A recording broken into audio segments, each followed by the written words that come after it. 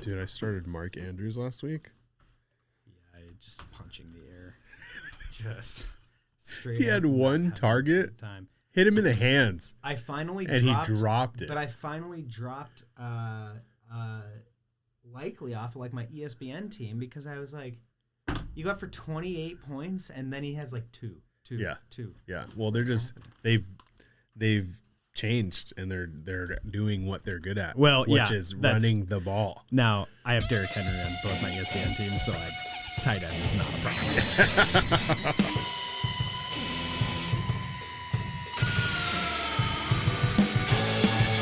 Okay, to the house. Very special episode of To the House because it's going to be an all baseball episode right after this tiny little football thing. And if you need homeless or at-risk youth services, you can take it to my house, 300 North Willow Street in downtown Wasilla.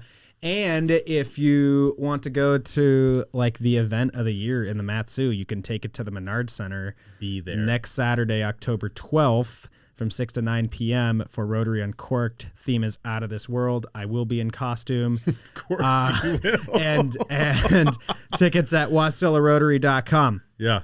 Brian, my fantasy team spanked yours that past week. Yeah, I don't know why we need to start here, but I swear, so this is what I've come to conclusion. Somebody somewhere as a Raider fan has made a deal with the devil. That says every time the Raiders win, your fantasy team will be garbage. Because that is exactly what happened. And it happened also to another gentleman who's a Raider fan in our league, where like I looked at his score. He was at like 113 points, which is insanely low in the format that we have on Sleeper. And so it was like a bittersweet weekend for me because the Raiders won, but I lost to, and you're like the only one I don't want to lose to. I'm just going to be really honest and vulnerable right now. Like, I do not want to lose to you. I'll lose to Ozzy. I'll take that. I mean, you know. In our work league, Ozzy currently leads the league and is projected to beat me by 21 points. Yeah. So, but Ozzy's team, the Chargers, now have lost twice. Your team, the Raiders, also 2-2 because they beat the Browns. So thank you for that. You know, love you beating the Browns. Yeah, but they should have lost though. And so here's the scary part is like Deshaun Watson, and I hate saying this, looked like a serviceable quarterback. I know, I hate that for him. Like they had an 80-yard touchdown called back for a holding. They had Amari Cooper. That was crazy. Popped a pass off of his shoulder. That was also crazy. into the safety's hands. Like, they should have won that game. Yeah. But, you know, a win's a win. They don't ask how, they ask how many. The Seahawks finally lost because they had to play a real team. But outside of the DK fumble, which I know everyone's like, go down, but he's a competitor. He's trying. It wasn't a hit to the head or anything, but it's an awkward hit. Like the ball pops out, and then Seattle just never really recovered. But the defense is going to bounce back. The defense is what looked good. They went against Jared Goff, who 18 for 18 threw a perfect game. Okay, but Jared Goff has also been playing like garbage. Yeah, he kind of had a comeback game, and you know that's not to say that our defense made mistakes, but we had four key guys out. I think you got a reality check by the end. Happened. Well, yeah, but like I think you guys were the phoniest undefeated team. The Steelers were also phony, and they also lost. This week. That's true. But you're right there. I mean, like I'm not upset about that loss. Like the defense had 4 key guys out to start the game. By the end of the game, they had 6. So hopefully we get some of those guys back. But then the one thing that I was worried about, like I understand why the defense underperformed, and the one thing I was worried about was the offense. And the Lions' defense isn't terrible, and offense looked really good. One bad fumble, and then just couldn't keep up with the Joneses the rest of that game. They seemed to catch it. They seemed to get back in rhythm in the second half. Yeah, and they had a chance to tie that game back up. Just 4th and 3, like what about Tyler Lockett makes contact with someone and it gets called back. Did you see the first onside kick attempt? No. It was so confusing. I was watching the game, and then when the Lions made it 42-29, I was traveling back from the bachelor party we were at out of state with my family, and so I didn't have the chance to watch it's super weird. I can't even explain it to you. I just watched a clip on the Pat McAfee show. It's like like they are kicking from like the 40. Anyways, it has to land within the 45. What ended up happening is they got the ball in the 10. It was great. Like it's ridiculous. No, we'll have to look into that. I'm gonna have to talk about that. But anyways, baseball. Let's go Dodgers. Yeah. So Hey, what happened to the Mariners? I really didn't want to talk. What happened?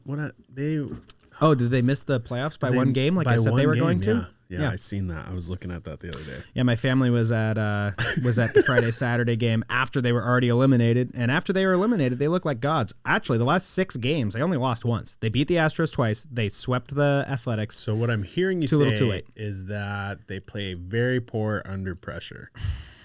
I guess, dude. Honestly, they had a perfectly fine second half of that season. The July and August killed them. Killed him. Shout out to my youngest brother who got a signed Cal Raleigh baseball and changed his Julio jersey to a Cal Raleigh. Shout out to the Mariners team store who let him change his jersey to a Cal Raleigh Friday Night's Light jersey after he got a signed Cal Raleigh baseball. Shout out to Cal Raleigh, who's the first Mariners catcher to get 100 RBIs in a season. Not shout out to ownership or general manager Jerry DiPoto. Fix yourself. I wonder if they'll do that for my Adams jersey, dude. Oh man, wait. I don't want to talk. We're talking about baseball. We're talking about baseball. Anyway, it's coming back from this out-of-state trip. I wanted to record on Monday. That's when the playoffs started. But now we kind of have an even better picture because most of the wild card games are done. Right. Shout out to the Houston Astros who tied the Mariners for playoff wins this season. You guys suck, and I'm glad you lost. Go Tigers. I'm such a Detroit Tigers fan. Detroit looks good. Wham! Wham! Wham! I hate you.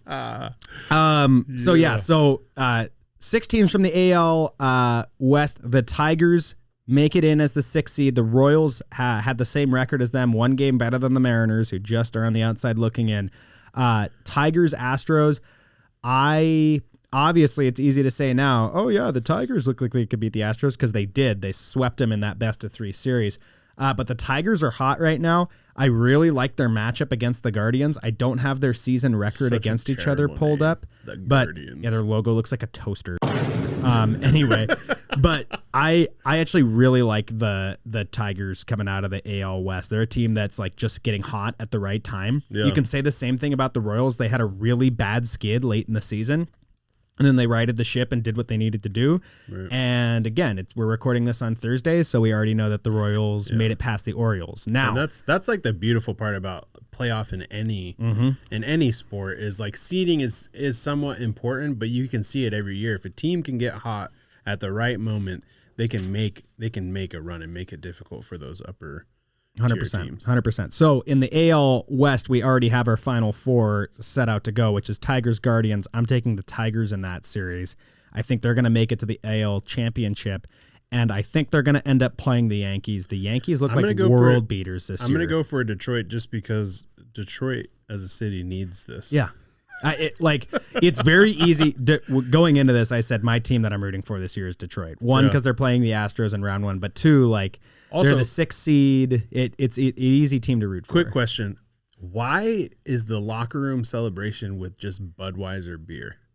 That must be some sort of sponsorship or something. That's disgusting. That's not. They're just not champagne? No, dude. I was watching the San Diego. I was watching them do their celebration. Budweiser, not a sponsor of my house. No, sure is not. Definitely not a sponsor. But they were just dumping Budweiser on each other like, rah! And I'm like, that is not what. No, the celebrations are crazy because every baseball team celebrates like they've won the championship for any other sport when they just make the playoffs because it's 162 games. Yeah, that's fair. If you make the playoffs, it's a celebration. Yeah, really weird. Actually, okay, so let me finish this because I'll talk about it when we get to the NL side of the bracket. The other 2 AL teams are the Royals, the Yankees. The Yankees look like they're the team to beat out of the American League this year, especially because their kryptonite is the Astros, who got bounced by the Tigers. So I think the Yankees, it's hard to pick against them making it to the World Series. I will say that I think if any team knocks them out, it would be the Tigers just because they're coming in so hot. So I think Tigers, Yankees for the AL Championship. I probably have the Yankees advancing. Really weird situation on the NL side of the bracket going into the playoffs where you had 2 teams that were playing a doubleheader on a Monday. It was the only games going on. Yeah. And the way that the standings worked is both of those teams had a tiebreaker against the Diamondbacks. So if they split the series against each other, Then the Diamondbacks were out, and the Mets and the Braves advanced. So again, I'll say it again. 2 teams playing a doubleheader makeup game on the Monday before the playoffs, right? Okay. They're both a win behind the Diamondbacks. Okay. But the Diamondbacks also lost the tiebreaker to both those teams. So if both those teams win one game out of the doubleheader, if they split that day, they're both in. The Diamondbacks are out. Oof. So what happens is the first game was crazy. The Mets are down, then they're up, then they're down, then they're up. The Mets win 8-7 with a home run in either the 8th or the 9th to advance to the playoffs. Okay. Then they are not, the MLB says you're not allowed to sell, because they always do, like the champagne or the beer or whatever. The MLB says going into the game, no one's allowed to celebrate. Keep all your stuff up. Like, do not go into the locker room. Like, you're not allowed to do that because they wanted to protect the integrity of the second game, right? Yeah. So here come the Mets back out on the field, and they basically have nothing to play for at this point. It was still like a somewhat close game, but you're not risking any starting pitching. You're not like risking any guys are banged up. Like, you're not playing them because you play the next day, I think it was. Right. There is no reason to play anyone that you want to start an actual playoff game. So, of course, it's to be expected. The Braves win that next game. That's rough. Well, the Diamondbacks who... Sorry, this is why every game matters. So, the Diamondbacks, yes, it sucks. Diamondbacks fans, that is agonizing. Yeah, that's just rough. Having to watch the second game and just watch your team not make the playoffs because the Mets didn't sweep the Braves that weekend. Yeah. So yeah, that sucks. But anyway, on the NL side, the Braves are now bounced, and it is Ozzy's San Diego Padres that have advanced to play Bryan's Los Angeles Dodgers. Brian has been a fan of the Dodgers for a week, and Woo! Ozzy's been to one San Diego. Ozzy's been to one Padres game in his life when you lived in San Diego. Is it one? Did you even stay for the whole thing? No, we left. That's perfect. We left. I think we went to the movies.